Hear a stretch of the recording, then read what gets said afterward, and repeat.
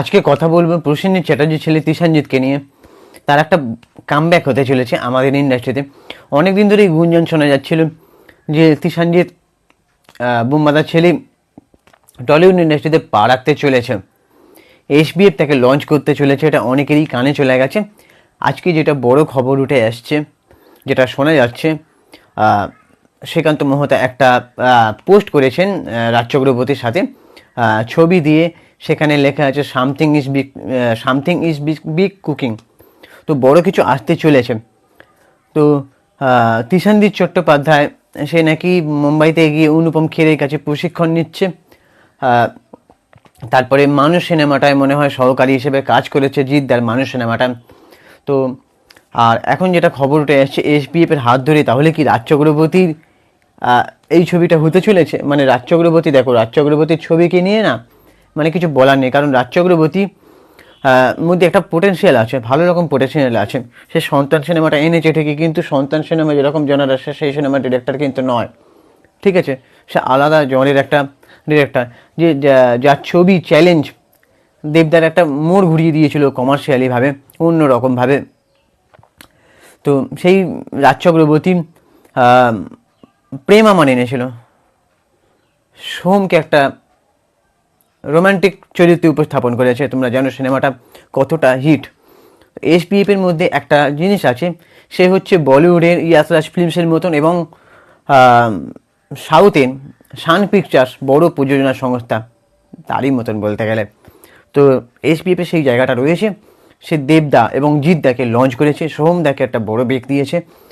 তো এই এসবিএফ কিন্তু একমাত্র নতুন নায়ক তুলে আনার জায়গাটা কিন্তু রাখে।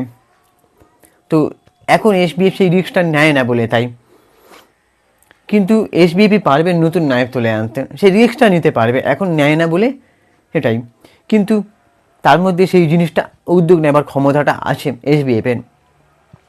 তো এসবিএফ রাজ চক্রবর্তী পরিচালিত, তবে কি এই তিশানজিৎ চট্টোপাধ্যায়কে দেখা যাবে তার আগামী ছবিতে? তবে তিশানজিতের বিপরীতে কোন নায়িকা থাকবে সেটা কিন্তু এখন থেকেই চর্চা হয়ে গিয়েছে বিভিন্ন নিউজ মিডিয়ায়।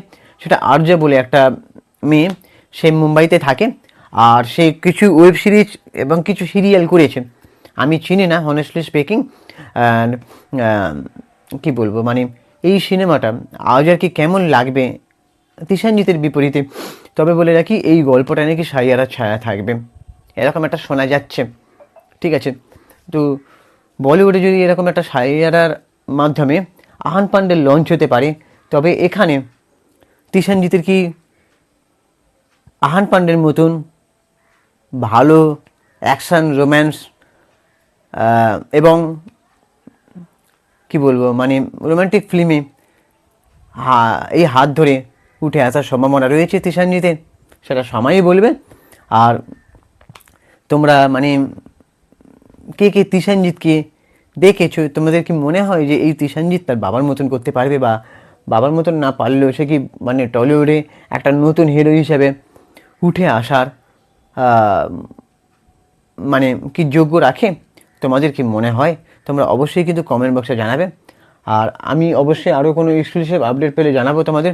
তবে এটা খবর যে রাজ চক্রবর্তী হয়তো এই সিনেমাটা ডিরেক্ট করবেন, আমার মন বলছে। আর রাজ চক্রবর্তীর আগামী ছবি একটা আসছে, শুটিং চলছে, হোক কলরব বলে একটা ছবি, যাদবপুরের কি বলবো যুব ছাত্র রাজনীতির কথা বলবে, গল্প বলবে। তো সেই সিনেমাটা একটু অন্য রকমের।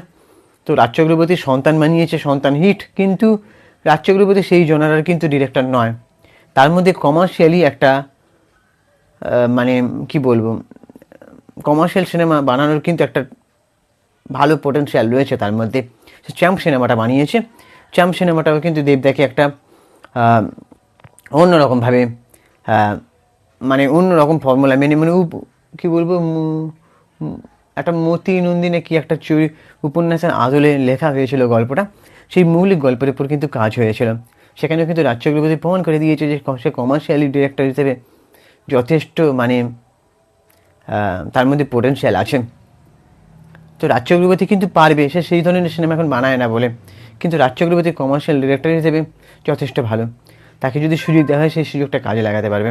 তো এবার তোমাদের কি ওপিনিয়ন তোমরা জানো, এবং চ্যানেলটাকে সাবস্ক্রাইব করে দাও। আর আমি ইনস্টাগ্রামে রয়েছি চিঙ্কি বাবু 2531, তোমরা ওখানে গিয়ে ফলো করে দাও। টাটা, দেখা হচ্ছে পরে ভিডিও।